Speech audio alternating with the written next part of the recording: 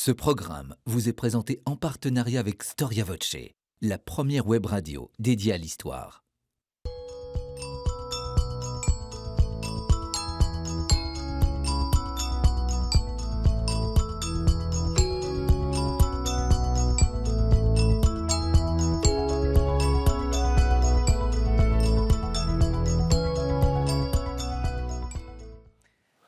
Chers téléspectateurs, chers auditeurs, bonjour et bienvenue sur le plateau de votre émission Au risque de l'histoire. Alors quand on évoque l'histoire de l'école catholique depuis la Révolution française, eh bien notre mémoire nous fait un peu défaut. Nous avons quasiment oublié la loi Fallou de 1850, nous nous arrêtons à la séparation de l'Église et de l'État, à la lutte contre les congrégations enseignantes. Nous pensons aussi naturellement à la loi Debré, à la liberté aussi de cette école, avec la loi Savary en 1984. Bref, nous voyons les choses en termes de rapport de force. On en oublierait presque que les 19e et 20e siècles ont été les siècles du développement incroyable de l'enseignement catholique en France. L'émission Au risque de l'histoire vous propose aujourd'hui de découvrir le développement de ces écoles, quelles étaient les institutions enseignantes, quel était le rôle des congrégations mais aussi des évêques, qui étaient les grandes figures de l'enseignement catholique au 19e, comment enseignait-on, avec quelle pédagogie.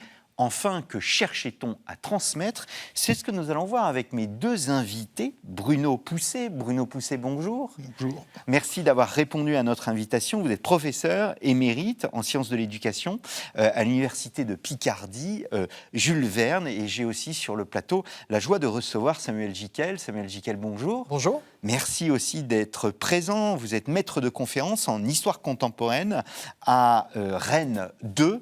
Et tous les deux, vous avez participé à l'écriture de cet ouvrage qui est le fruit d'un colloque, c'est bien cela, l'Église dans l'enseignement secondaire, les institutions catholiques en France, 19e, 20e siècle. Il y a une vingtaine de contributeurs, donc tous spécialistes du catholicisme, de l'histoire du catholicisme. C'est un ouvrage paru aux presses universitaires de Rennes. Nous le disons régulièrement, mais je le répète, les presses universitaires de Rennes font un merveilleux travail sur l'histoire du catholicisme et notamment du catholicisme en France, il faut le dire. Alors je me plonge dans le sujet parce qu'il y a énormément de choses à dire, tant le sujet est vaste. Nous couvrons quasiment 2 siècles de l'histoire de France et de l'histoire du catholicisme en France.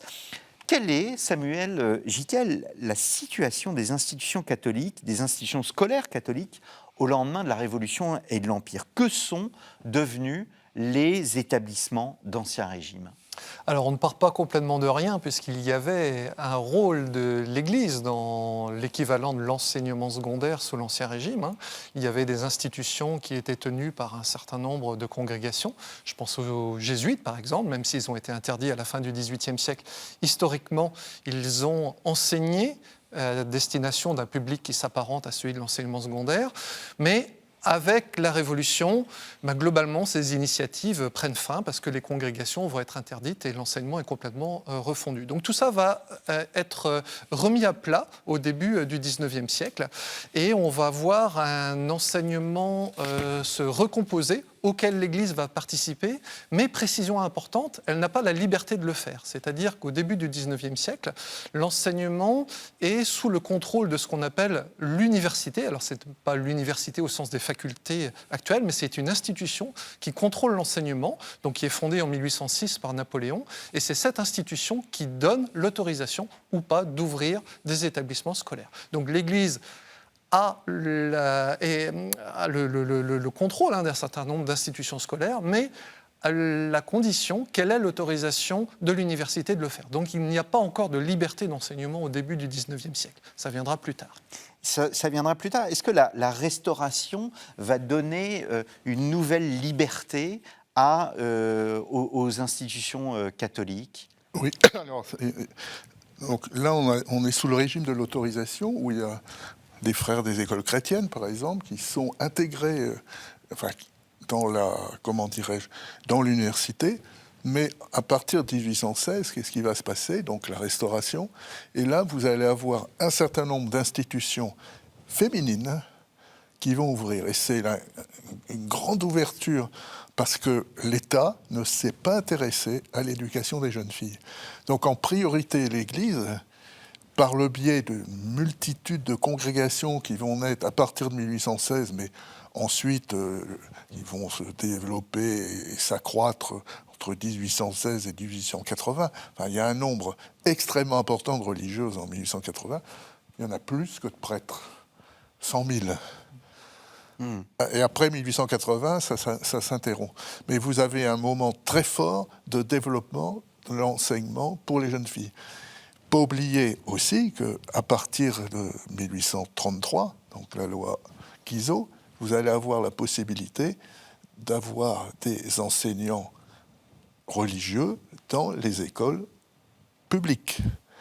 Et ça va évidemment s'accentuer avec la loi Fallou en 1850, où là, on aura quasiment un tiers en primaire des enseignants qui sont des religieuses ou des religieux. Samuel Jiquel. Oui, sur cette période, on peut aussi ajouter qu'il y a une institution un petit peu à part qui s'affirme, ce sont les petits séminaires. Alors les petits séminaires, donc, ce sont des institutions d'enseignement secondaire qui sont destinées à des jeunes hommes dont on pressent qu'ils pourraient avoir une vocation ecclésiastique, mais qui forment aussi tout un tas d'individus qui vont se destiner à une carrière laïque plus tard. Et donc ces petits séminaires ont un statut un petit peu à part à l'intérieur de l'enseignement secondaire. Et là, on les voit qu'ils se multiplient au cours de la période, de la Restauration en particulier, c'est très net.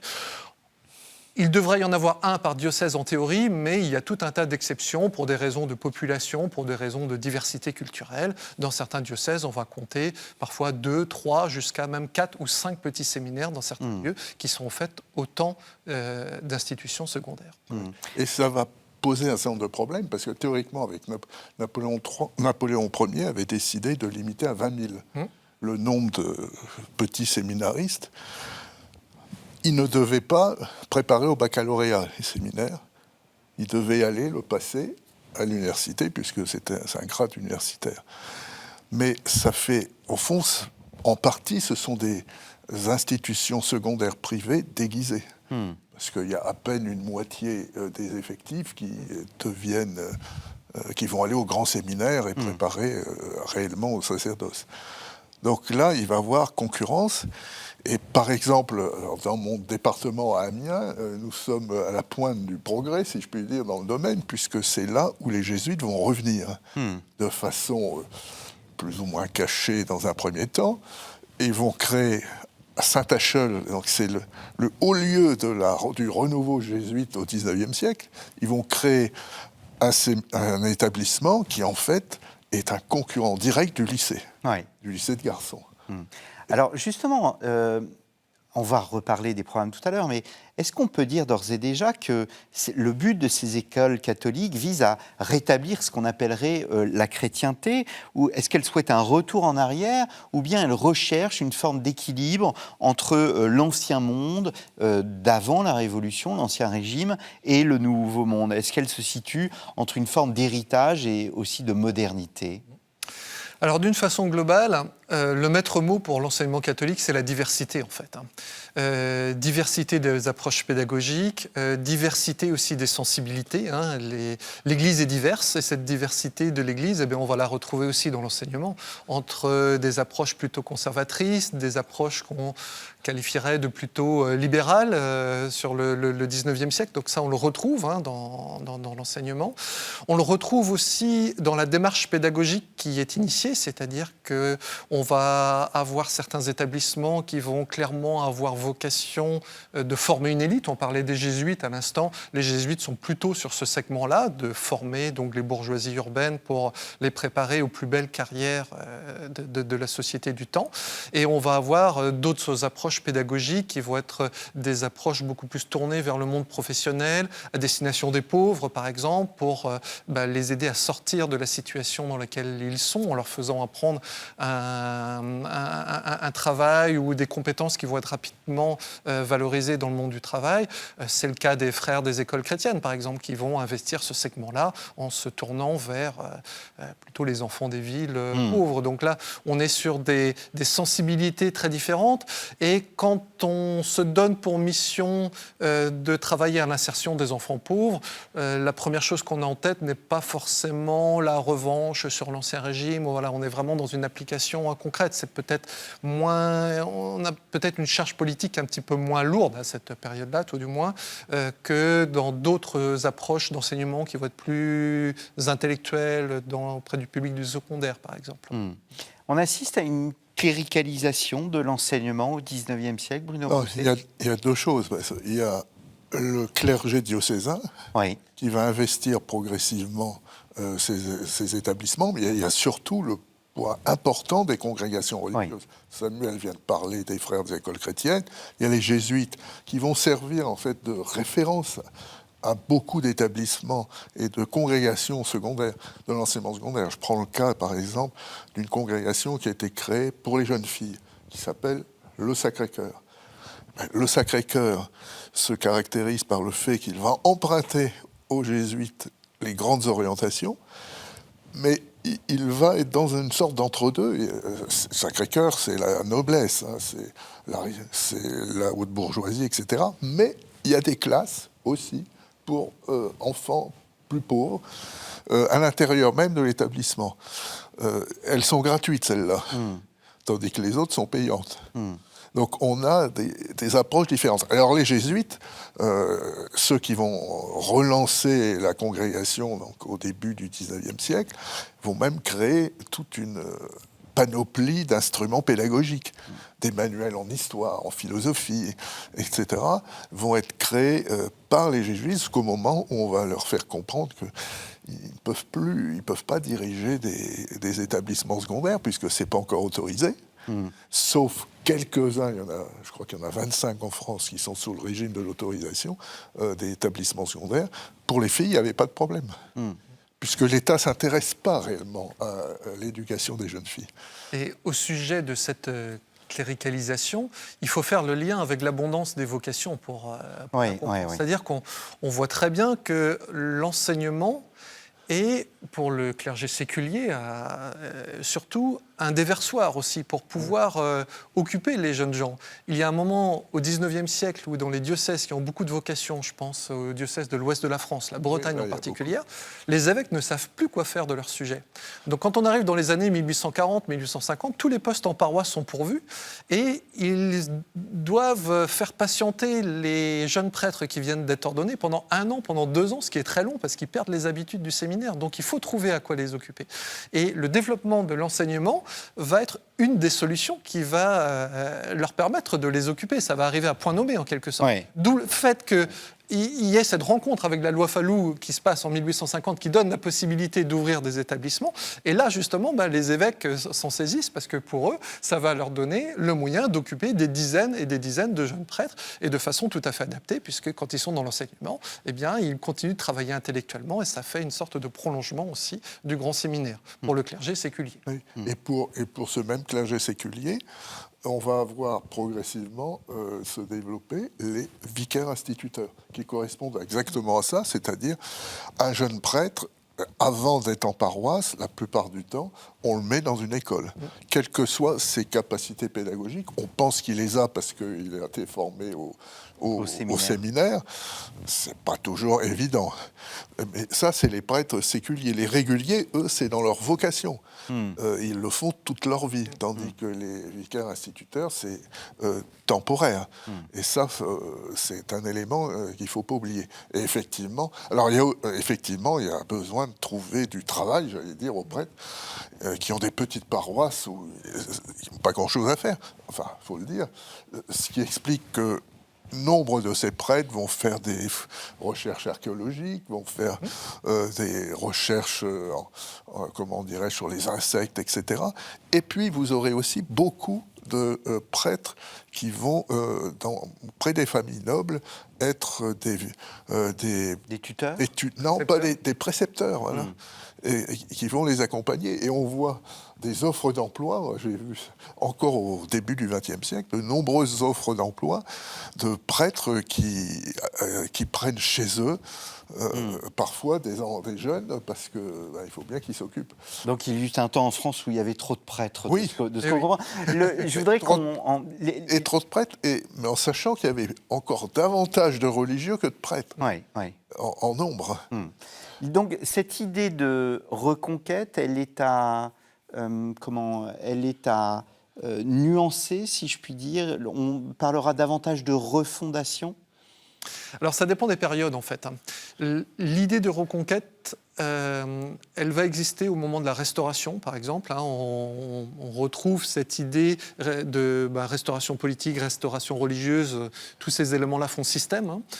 On va avoir cette idée, alors peut-être plus de défense que de reconquête, mais on est dans la même logique en quelque sorte, au moment de la fin du XIXe siècle aussi, face aux lois anticléricales. L'enseignement catholique va se poser comme rempart face à l'offensive On y reviendra, qui est lancée par les républicains. Voilà, on a des moments comme cela dans l'histoire où on voit l'école catholique qui se pose en défenseur du catholicisme et d'une société catholique. Mais ce n'est pas forcément systématique tout au long du temps. Il y a des moments en particulier quand elle se sent agressée depuis l'extérieur où c'est vrai. Oui, et il ne faut pas oublier une chose, que très majoritairement, les Français sont catholiques. Enfin, se reconnaissent dans la religion catholique. Au début du XXe siècle, c'est plus de 90%. Lorsqu'on fait des enquêtes. Et ça veut dire aussi que l'Église, par le biais de ses représentants, est très intriquée dans l'organisation du système éducatif.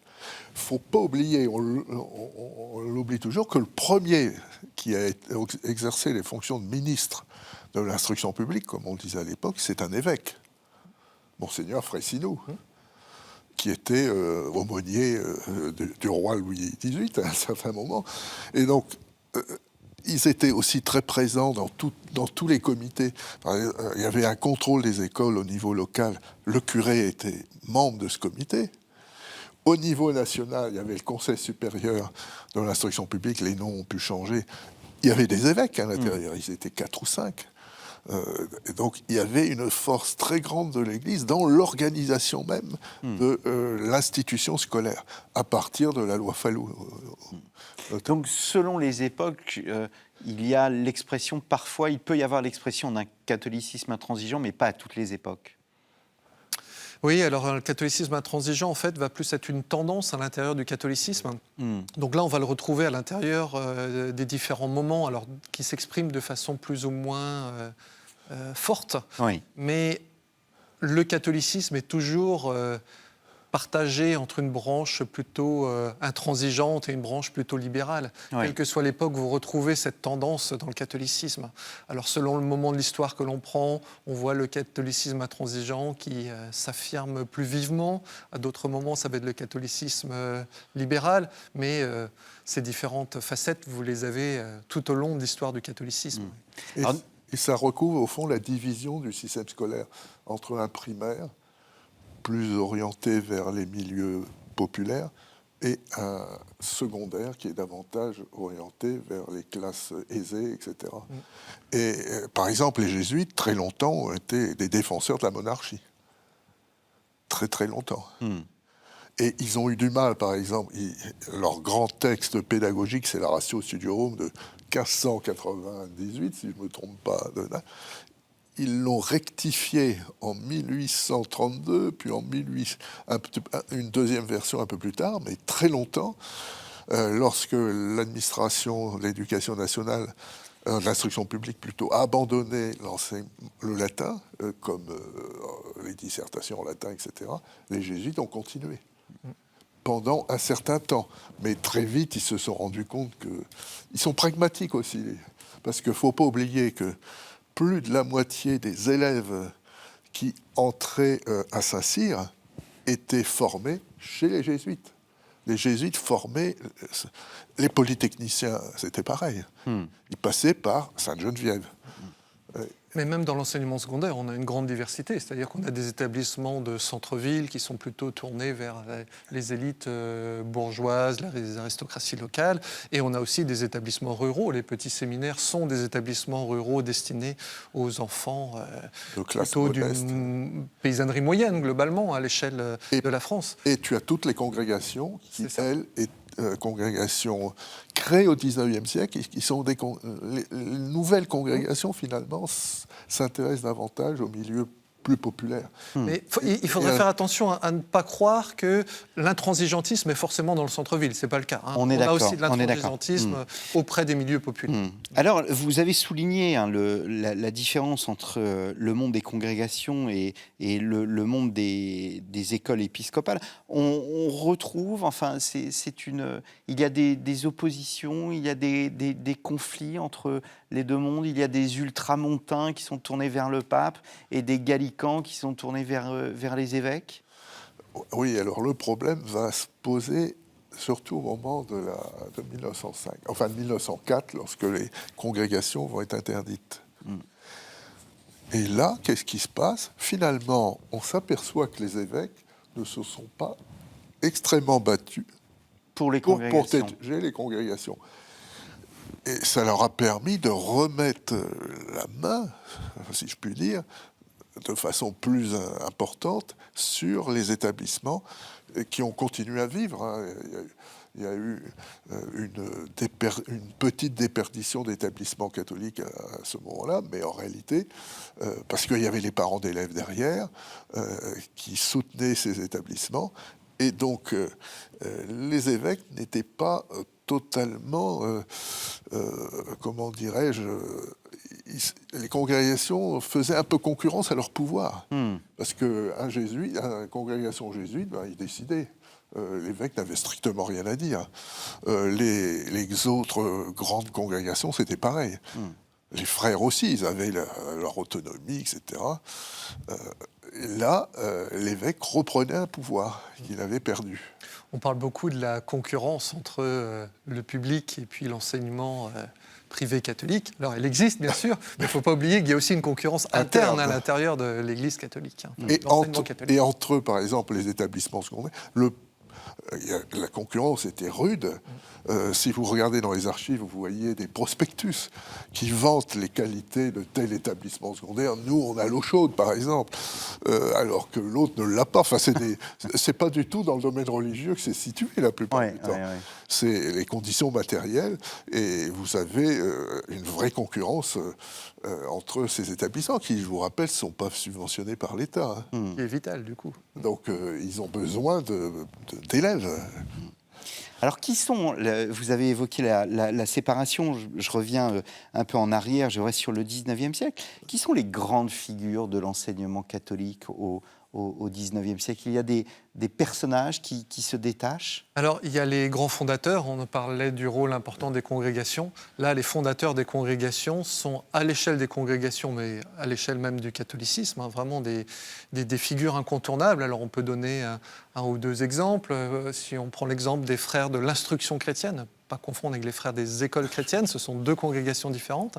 Les frères de l'instruction chrétienne, c'est ceux que l'on appelle parfois les frères de Lamennais, et précisément on les appelle les frères de Lamennais parce que la congrégation a été fondée par Jean-Marie de Lamennais, le frère de Félicité. On les appelle aussi parfois les frères de Ploërmel parce que la maison mère de la congrégation est à Ploërmel. Là même où a eu lieu le colloque de ce livre. Voilà, tout à fait.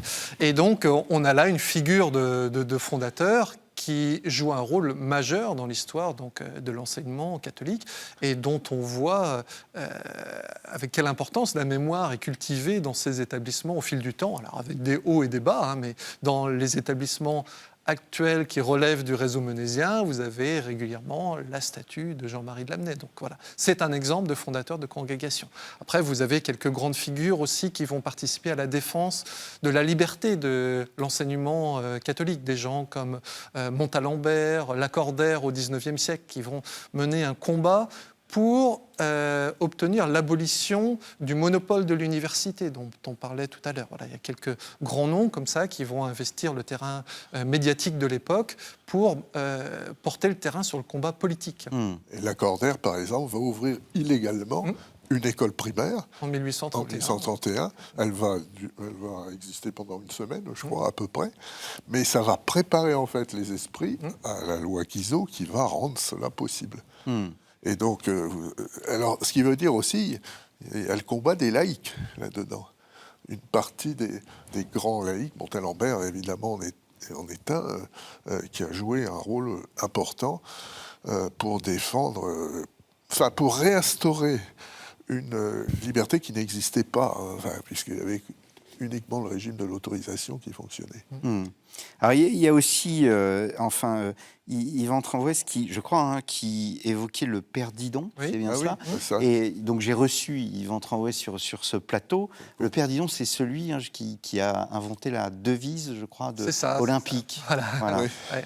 Donc il fait partie également un éducateur également. Voilà, donc lié à la famille dominicaine, il fait partie donc de ces rénovateurs.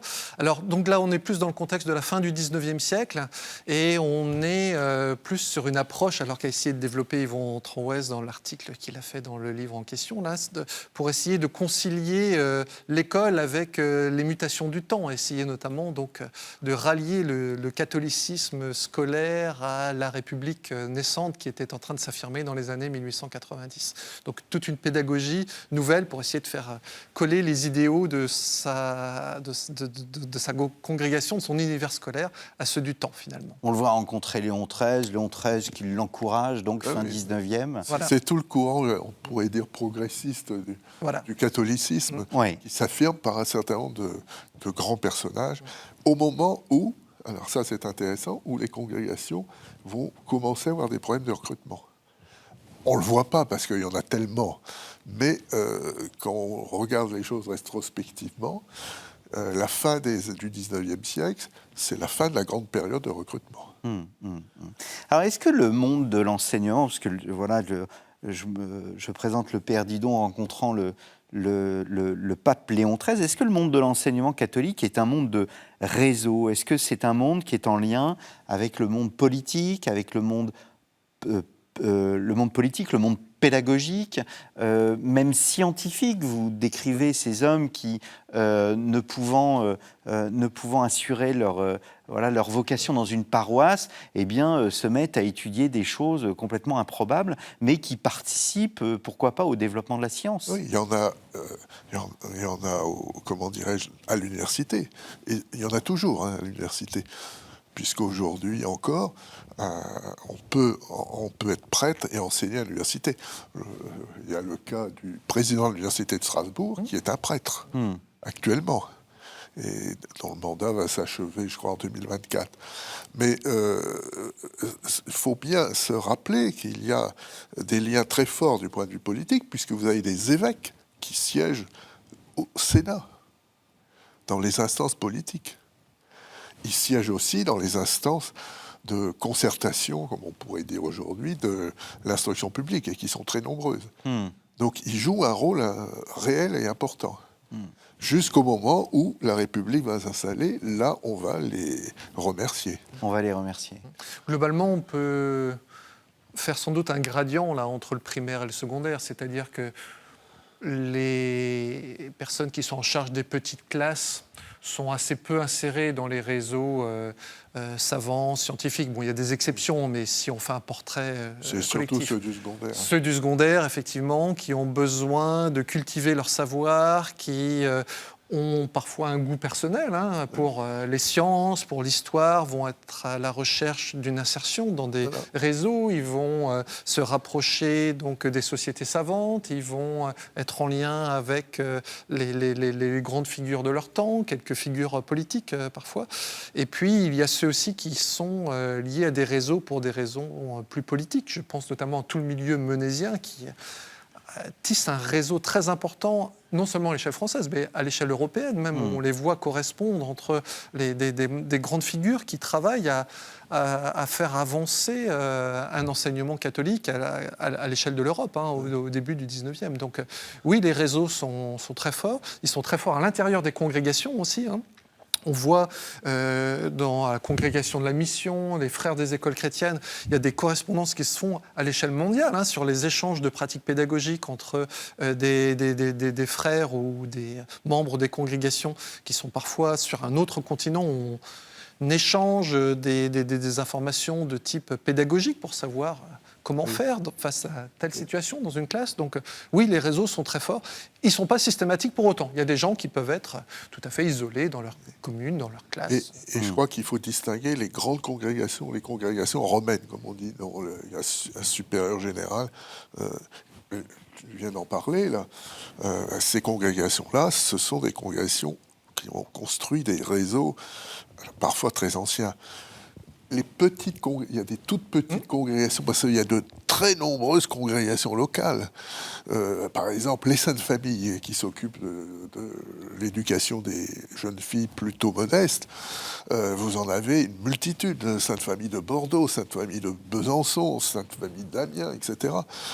Qui, la plupart du temps, alors c'est intéressant, par exemple, quand vous regardez l'histoire de la Sainte Famille de Besançon, et de Damien, c'était la même congrégation. Mais il y a deux évêques qui voulaient avoir leur propre congrégation, et donc elles se sont séparées. Comme ça, l'évêque, parce que quand c'était une congrégation locale, diocésaine, comme on dit, le contrôle de l'évêque était beaucoup plus important. En revanche, il y a aussi quelque chose de très important, c'est la création en 1875 des instituts catholiques. C'est-à-dire que c'est la troisième phase de la liberté d'enseignement qui est mise en œuvre à ce moment-là. Et donc ça veut dire que là, un certain nombre d'enseignants qui parfois viennent du public, qui renoncent à une carrière de professeur à l'université pour enseigner dans l'Institut catholique de Paris, celui de Toulouse, enfin, etc. Et donc une volonté d'investir la science en train de se faire, dans la mesure où ils estiment, dans les années 70, que cette science est un petit peu trop orientée et très défavorable au catholicisme. Et donc ça, c'est un point important. Alors justement, qui étaient les enseignants? Sait-on comment ils étaient formés? Est-ce qu'il existait des instituts de formation où on estimait qu'un bagage, le bagage d'un prêtre, philosophie, théologie, savoir écrire, savoir lire, savoir compter, c'était une chose... Alors je crois qu'on a médit un peu sur le niveau de formation des enseignants, prêtres religieux, etc. C'est à cause de Monseigneur Dupanloup. Voilà. Mais ils étaient bien formés, ils étaient quand même assez bien formés dans leur congrégation, parce qu'on les préparait quand même à enseigner. Mais il ne faut pas oublier aussi qu'il y avait des laïcs. Alors après, vous aviez quand même des niveaux très disparates de formation. Certains étaient formés dans les instituts catholiques lorsque ceux-ci ont existé, ou bien à l'université publique pour les professeurs du second degré. En primaire, c'est plus variable. Le niveau de formation des instituteurs du primaire, ça pouvait être un peu plus réduit. Il n'y a pas de pédagogie. Il y a une pédagogie particulière. On connaît tout le monde connaît Don Bosco, la pédagogie salésienne. Est-ce qu'il y avait des pédagogies d'une institution à l'autre différentes? Oui, les pédagogies étaient proposées dans les congrégations. Il y avait des pédagogies lorsqu'il y avait des fondateurs qui étaient eux-mêmes pédagogues. Les frères des écoles chrétiennes, là, il y a une pédagogie. Les jésuites aussi. D'autres vont imiter de façon parfois dégradée ce qui se fait dans les congrégations qui, ont proposé des orientations pédagogiques, dont certaines d'ailleurs. Vous lisez le dictionnaire de Buisson, vous verrez que Ferdinand Buisson dit que le modèle de l'école normale, c'est pas l'école normale allemande, évidemment, c'est les frères des écoles chrétiennes. Dans un dictionnaire qui est à destination des enseignants de l'école publique. Et de ce point de vue-là, il faut de nouveau distinguer les congrégations Des évêques. prêtres séculiers. Parce que Eux, ils n'ont pas de... quand un individu entre dans une congrégation, il sait que c'est pour devenir enseignant, sauf il y a quelques congrégations mixtes qui sont à la fois hospitalières et enseignantes, où on peut faire tour à tour les deux, mais globalement, c'est quand même au cœur de la congrégation. Alors que le prêtre séculier qui se retrouve devant une classe, il n'a pas toujours fait ce choix-là. Oui. Et c'est parfois pour simplement obéir à l'évêque ou au supérieur qu'il a désigné pour occuper telle ou telle classe. Et parce que l'enseignement n'est pas forcément central dans le clergé séculier, là, pour le coup, il n'y a pas de pédagogie. C'est-à-dire que c'est chacun ou chaque établissement, s'il y a une culture d'établissement, qui met en place sa propre pédagogie. Alors, ça ne veut pas dire qu'elle est mauvaise pour autant, parce qu'il y a parfois des gens qui sont de remarquables pédagogues. Et c'est tout le travail du supérieur d'essayer de pressentir qui, dans les individus qu'il voit devant lui, va pouvoir être un bon pédagogue devant la classe. Mais là, il n'y a pas de formation à la pédagogie avant d'être placé devant une classe. Oui, avec d'ailleurs parfois un rapport au savoir assez distant, en disant que le savoir est second par rapport à l'apprentissage de la vie. Un état. Voilà, une sorte de vie, la vie chrétienne, puisqu'il ne faut pas oublier quand même que ces établissements ont comme vocation de former de bons chrétiens. Ça, c'est quand même le point essentiel. Et donc, on va d'abord insister sur ces aspects-là. Et là, les prêtres sont habitués, enfin, ils ont les capacités pour le faire. Pour l'aspect pédagogique, parfois, ils bricolent ou ils vont emprunter à d'autres. Mais effectivement, ils n'ont pas vocation à enseigner au point de départ. Sinon, ils prêchent, donc c'est une sorte d'enseignement, évidemment, lorsqu'ils font leur homélie. On est vraiment fasciné en lisant cet ouvrage de voir cette incroyable diversité au fond de l'enseignement catholique et aussi qui dit diversité dit parfois tension entre les pratiques, complémentarité ou concurrence. Mais c'est ça. Mais c'est pour ça que ça marche d'ailleurs, c'est-à-dire que pourquoi l'enseignement catholique attire ? Parce qu'il a un vaste panel à offrir aujourd'hui comme au XIXe siècle finalement, c'est-à-dire qu'une famille choisit aussi un type d'enseignement. Quand elle envoie son enfant dans un établissement catholique. Alors si on revient au XIXe siècle et qu'on reprend les exemples qu'on a eu l'occasion d'évoquer, selon si elle veut préparer son enfant à une insertion professionnelle assez rapide ou si elle a de grands projets pour qu'il fasse une carrière prestigieuse, elle va le placer chez les frères ou elle va le placer chez les jésuites ou chez les jeunes filles, chez les Ursulines ou dans une congrégation qui va davantage délivrer un savoir domestique. Donc il y a un vaste panel qui existe et qui ne va faire que se renforcer au fil du temps. C'est-à-dire que si on déborde un petit peu sur le XXe siècle, on va voir par la suite des écoles d'agriculture s'affirmer, des écoles ménagères dans l'enseignement féminin. Et tout ça fait que l'enseignement catholique, surtout là où il est bien implanté, a une politique de l'offre qui est tout à fait performante. Et c'est pour ça aussi qu'il attire. Il faudrait parler, quand on parle d'enseignement catholique, je crois que le terme n'est pas juste, il faudrait dire les enseignements catholiques. Parce qu'en fait, ce sont des établissements. C'est ça. Et chaque établissement a sa propre physionomie. Il répond aussi... parce qu'il ne faut pas oublier qu'il y a les parents d'élèves qui sont ceux qui financent les établissements. Et donc, ils vont devoir répondre aux attentes des parents. Donc, si... Dans le milieu rural, on va créer une section agricole, si c'est nécessaire, ou une section technique dans telle ville, par exemple.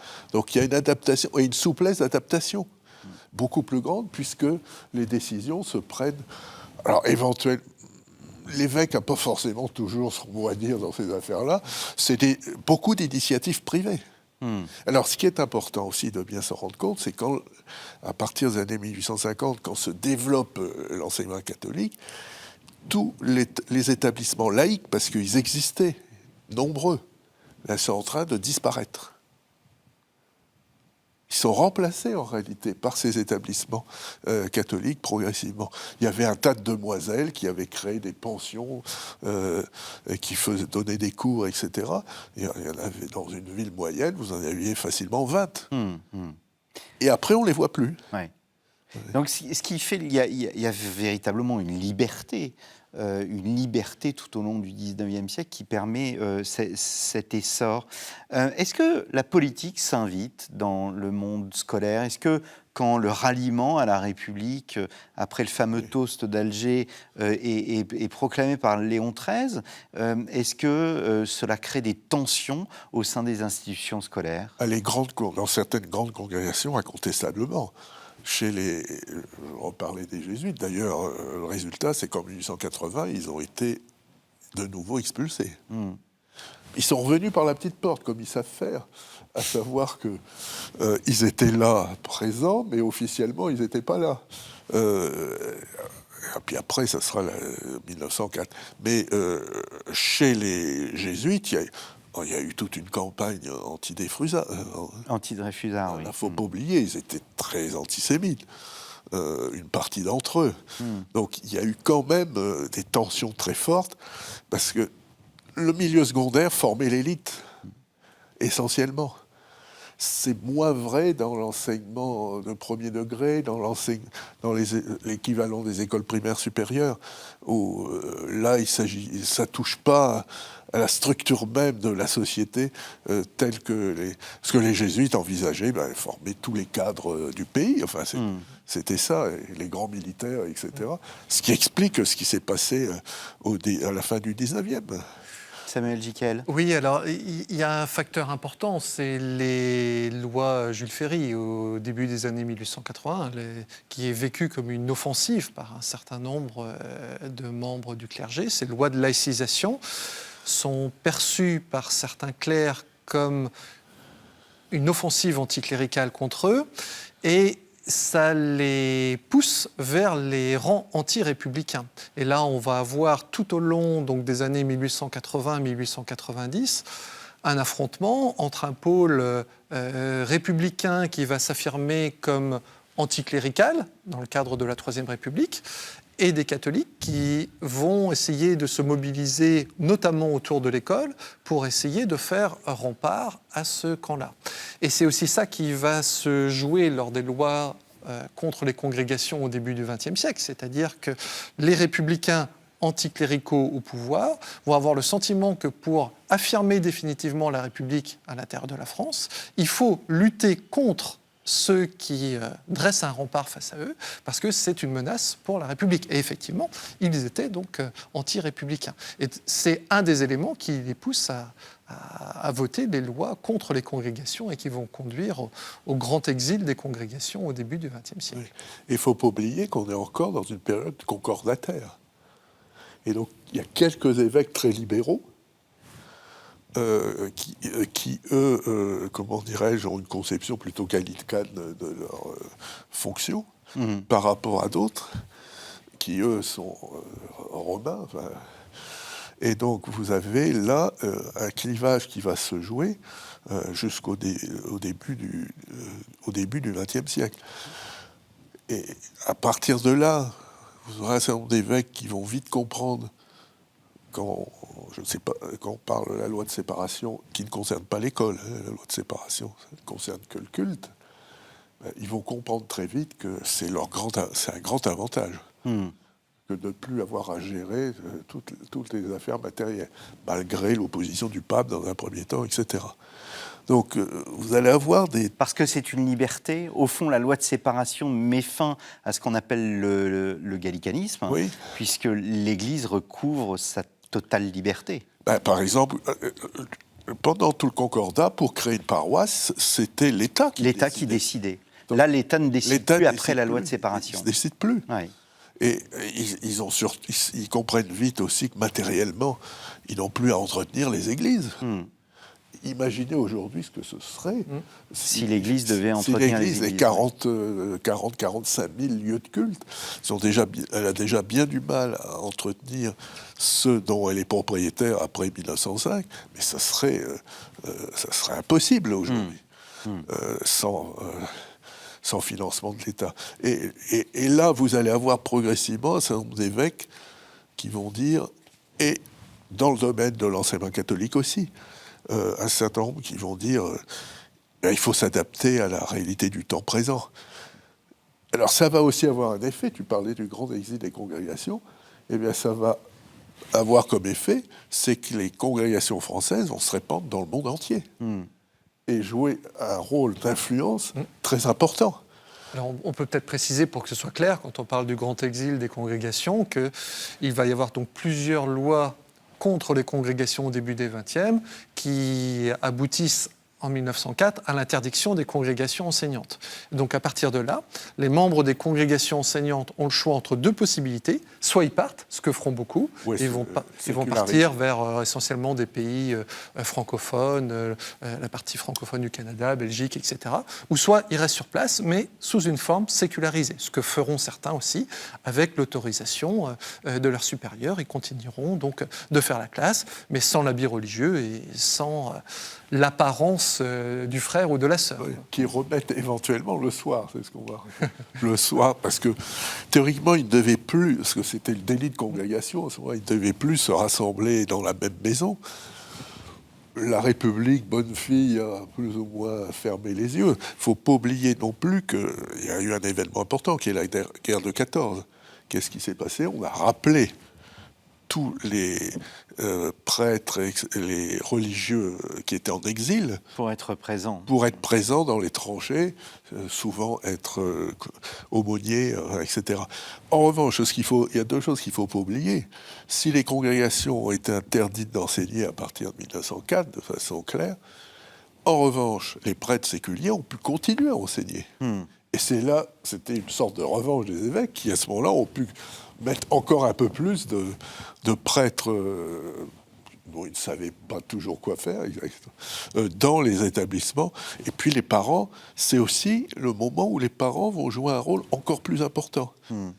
Parce que sans eux, l'école disparaît. Et ça va être quelque chose de fondamental. Alors, il nous reste 6 minutes pour aborder un peu le XXe siècle. Est-ce que, on a reçu sur ce plateau Guillaume Cuchet, qui a étudié la déchristianisation, reprenant les statistiques du chanoine Boulard. Est-ce que on voit cette déchristianisation dans le monde scolaire avant la loi de Debré qui ponctuera cette émission? Est-ce qu'on voit cette déchristianisation et un ralentissement de ces établissements? Oui, tout à fait. On commence à la sentir au lendemain de la Seconde Guerre mondiale. On voit que les choses ne sont plus tout à fait comme avant. Je pense en particulier à un établissement dans le Finistère où on met fin à la messe quotidienne, par exemple. Oui. Parce que le supérieur de l'établissement considère que c'est plus tenable, les élèves y viennent simplement par conformisme, c'est pas efficace. Il considère qu'il faut repenser les choses et commencer à réfléchir non plus simplement en termes d'obligation, mais en termes de conviction des élèves.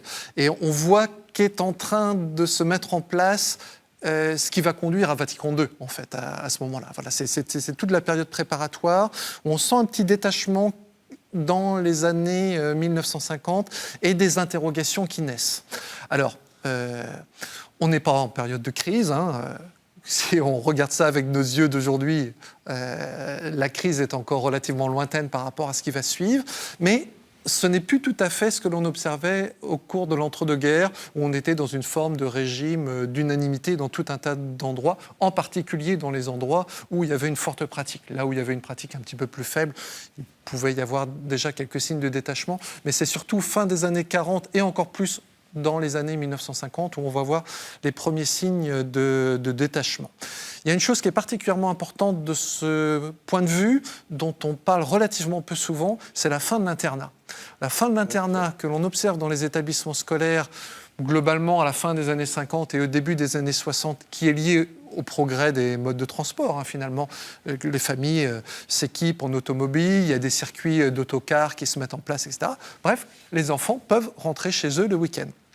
Et là, c'est fondamental pour la prise en charge religieuse des enfants, parce que ça veut dire qu'il n'y a plus la messe dans l'établissement le dimanche. Et s'il n'y a plus la messe dans l'établissement le dimanche, toute la préparation qui avait lieu à cet office au cours de la semaine, il disparaît. C'est-à-dire tout ce qu'il pouvait y avoir comme activité liturgique, par exemple, n'a plus lieu d'être. Donc, du coup,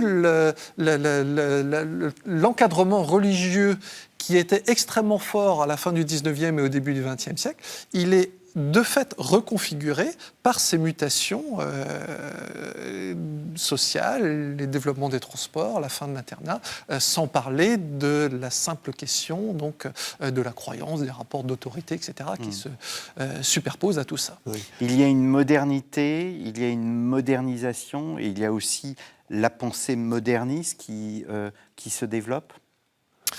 Oui, alors ça, c'est à voir selon les établissements aussi, plus dans l'enseignement secondaire que dans l'enseignement primaire, par exemple. Alors, bon, la question moderniste, c'est peut-être plus une question qui va se poser début du XXe siècle. Si on parle de modernité liturgique, alors ça dépend ce que l'on met derrière, mais si on parle de modernité des liturgique, pédagogies, ouais, alors là, c'est plus des choses que l'on va voir au cours des années 1960, par exemple, en termes d'essais, au moment où on essaye de transposer en fait l'esprit de Vatican II dans les établissements, des offices en langue française avec des élèves qui viennent se mettre en arc de cercle autour de l'hôtel. Voilà, on voit ça dans les années 60 dans les établissements scolaires, par exemple. Et alors, il y a 2 points complémentaires. La fin des petits séminaires. Ça, c'est quelque chose de très important, parce que ça formait des gens partis à aller être prêtres, mais pas tous.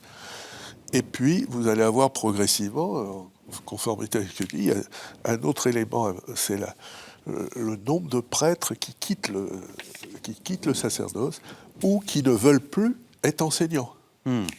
Faut oublier que dans les années 50, vous aviez dans un établissement scolaire à peu près la moitié de membres du clergé, qu'ils soient séculiers ou réguliers, c'est à peu près ça.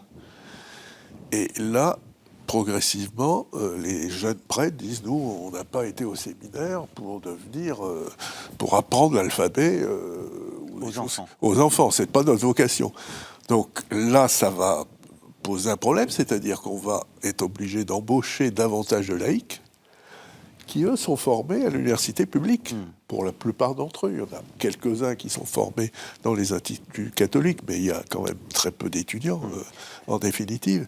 Et donc ça change considérablement les choses. Et puis, vous aurez dans les pratiques religieuses, tu parlais de la messe, qui devient de plus en plus facultative, il y a aussi la catéchèse, tout simplement. La catéchèse qui a de plus en plus de mal à être obligatoire.